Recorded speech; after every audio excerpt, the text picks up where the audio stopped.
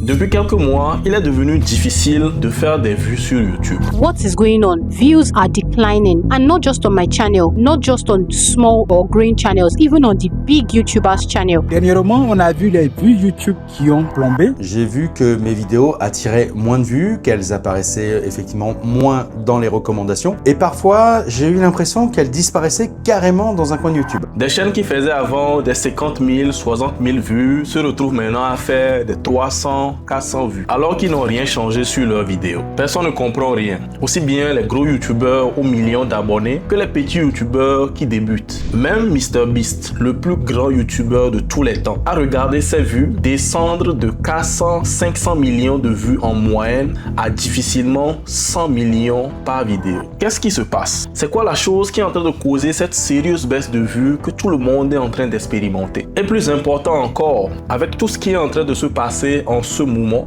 est-ce que c'est toujours une bonne idée de considérer YouTube comme un business dans lequel s'investir en 2026? J'ai cherché partout sur YouTube. J'ai entendu des gens parler de l'algorithme qui ne veut plus promouvoir les vidéos des gens. D'autres parler de paramètres secrets qu'il faudrait activer ou désactiver pour ramener les vues. Ou encore d'autres personnes parler de bloqueurs de publicité qui seraient la cause de tout ça. Mais pour la plupart de ces théories, il n'y avait pas de preuves. Aucun document palpable et fiable sur lequel se baser pour croire de telles spéculations. Cependant, à certains moments de mes 2 semaines de recherche, je suis tombé sur des ressources plutôt intéressantes. 2 récentes interviews du directeur des algorithmes de YouTube, Todd Beaupré, et aussi certaines publications scientifiques produites par des chercheurs de Google m'ont finalement ouvert les yeux sur les véritables raisons derrière cette baisse de vues. Dans cette vidéo, je vais te montrer les informations que j'ai trouvées. Des informations que tu n'as jamais vues sur YouTube, mais qui justifient parfaitement la baisse de vues que nous sommes tous en train de subir en ce moment. On y va. A lot of creators, they may say like, oh, well, YouTube is pushing shorts on viewers and YouTube wants shorts to be more successful than long form. That's not why YouTube has focused on shorts. Oh. Ce n'est pas pour ça que YouTube s'est concentré sur les shorts. Je ne sais pas si tu réalises ce que tu viens d'entendre, mais cette chose-là que le directeur des algorithmes YouTube vient de dire dans le plus grand des calmes change complètement la façon dont YouTube partage les vues sur la plateforme. Je t'explique. En 2024, une équipe de 4 chercheurs venant de Google, de l'Université de Lausanne en Suisse et de l'Université de l'Indiana aux États-Unis ont fait une recherche sur des vidéos YouTube. Ces 4 chercheurs se sont demandé si les vidéos longues ne seraient pas en train de perdre leur place sur YouTube depuis l'arrivée des shorts. Sur la période de 2021 à 2022 où l'étude s'est tenue, ces 4 chercheurs ont trouvé 2 choses très intéressantes. Nous avons observé que sur la période des 2 ans, les shorts ont reçu 4 fois plus de vues que les vidéos longues. Et vers la fin de 2022, cette différence avait augmenté à 6 fois.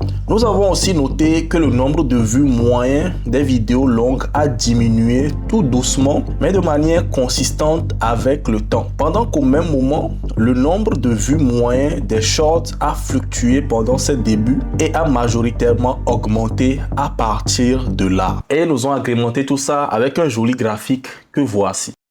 Les données sont en train de nous dire que depuis l'arrivée des shorts sur YouTube, le fonctionnement de YouTube a changé. Avant, les vidéos longues étaient les seules sur la plateforme. Donc, elles monopolisaient toutes les vues qu'il y avait de disponibles. Et ce faisant, chacun arrivait à trouver sa part. Maintenant, le game a changé. Un nouveau venu est dans la place, les shorts. Les vidéos longues sont obligées de partager le gâteau et les shorts ont l'air de vouloir prendre une part plus grosse que prévu. Quand j'ai vu ça, je me suis dit, oui, c'est une explication satisfaisante. Seulement, il y a un problème. Les shorts sont arrivés sur YouTube depuis 2021. Et malgré ça, les vidéos longues se sont toujours bien débrouillées. Je dirais même qu'entre 2023 et 2024, c'était l'âge d'or des créateurs de contenu long. C'est seulement vers mi-2025, début 2026 que les choses ont commencé par devenir bizarres. Donc, qu'est-ce qui a bien pu se passer à cette période particulière qui justifierait les changements qu'on expérimente? C'est logiquement pas les shorts, n'est-ce pas?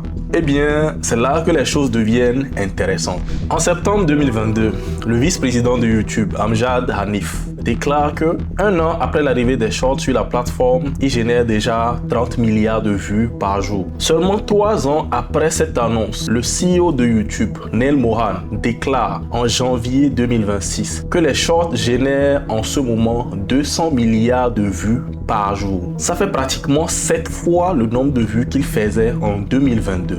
D'où vient cette énorme augmentation des vues? On ne sort pas 170 milliards de vues par jour de nulle part. Donc, logiquement, pour passer de 30 milliards de vues à 200 milliards de vues par jour, YouTube devait faire des changements. Soit il devait trouver le moyen de pousser ceux qui arrivaient à faire les 30 milliards de vues là à faire plus de vues. Ou alors trouver le moyen de ramener plus de personnes pour les ajouter à ceux qui faisaient les 30 milliards là pour qu'ils fassent plus. Ces gars ont décidé de faire les deux. Depuis 2022, YouTube a commencé à faire des changements sur le design de la plateforme. Des changements très discrets, des fois même minimes, mais qui ont eu des résultats considérables. En fin 2022, la page d'accueil de YouTube sur ordinateur ressemblait à ça. Tu peux voir 2 sections de vidéos longues pour un total de 8 vidéos proposées et une seule section de vidéos courtes en dessous avec 6 vidéos proposées. Entre 2023 et 2024, le nombre de choix de vidéos longues proposées est passé de 8 à 6.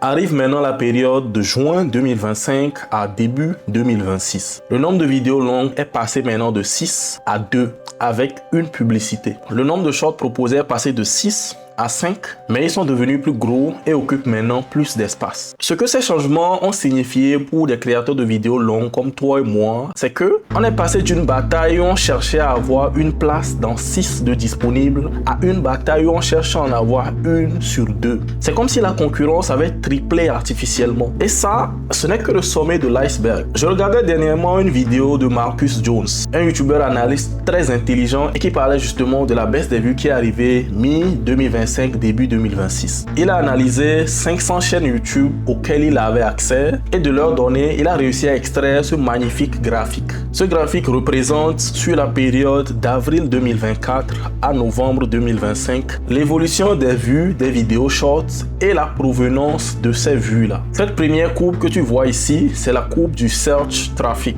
C'est la courbe qui illustre les vues qui ont été générées par les shorts qui sont apparus dans les résultats de recherche lorsque des gens taper des choses dans la barre de recherche de YouTube. Et cette deuxième courbe que tu vois là, c'est celle du browse traffic. C'est celle qui illustre les vues qu'ont généré les shorts que nous cliquons lorsqu'on se balade tranquillement sur YouTube. Marcus a trouvé que pendant toute l'année de 2024, il n'y avait rien de particulier sur les vues des shorts. Maintenant, à partir de fin 2024, début 2025, Marcus a remarqué que les vues des shorts en général ont commencé par augmenter jusqu'à atteindre leur pic entre mars et juin 2025, puis se stabiliser sur le reste de l'année jusqu'à maintenant. Et cette période-là, de mars 2025 jusqu'à maintenant, c'est la période à laquelle beaucoup de youtubeurs ont commencé par sortir pour se plaindre du fait que leurs vidéos ne faisaient plus de vues. C'est cette donnée qui prouve directement les effets du changement de design qu'il y a eu en 2025. Au-delà de tout ça, le graphe de Marcus m'a fait remarquer quelque chose dont j'étais passé complètement à côté durant ma recherche. Comme tu peux le voir ici,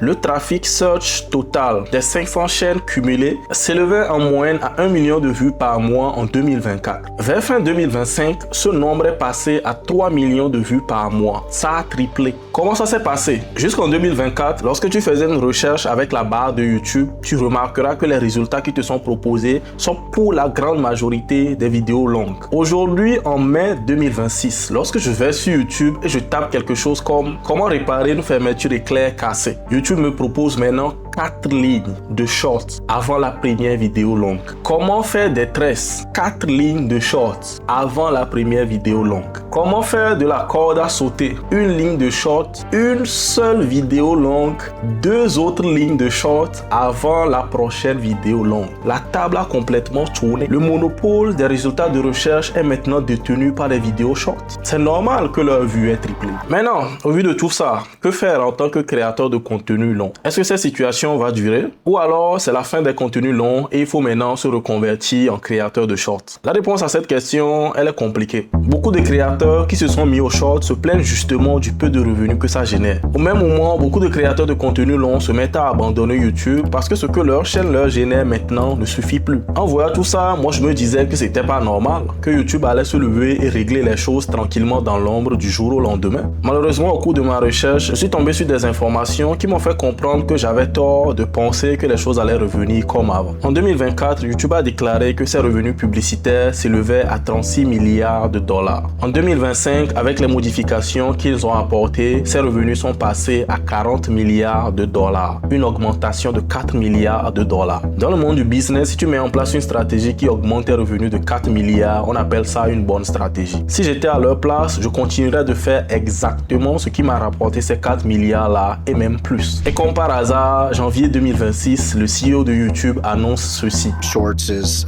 200 billion views a day. That continues to be an incredibly fast-growing format on YouTube, and it's an area that you'll see further investment from us on in 2026. En simple, les shorts marchent bien, on va continuer. Une logique implacable. Si dans tout ça, tu me demandes quand même comment t'en sortir en tant que créateur de contenu long, dans cette ère qui est visiblement dédiée au contenu short, je te dirais que j'ai rédigé un document qui détaille la stratégie YouTube que je suis en train d'utiliser en ce moment. La même stratégie qui m'a permis de passer de vidéos qui font 200-300 vues à des vidéos qui font 10 000, 20 000 vues avec 2500 abonnés et dans cette période problématique là. Si ça t'intéresse, le lien dans la description de cette vidéo, c'est gratuit.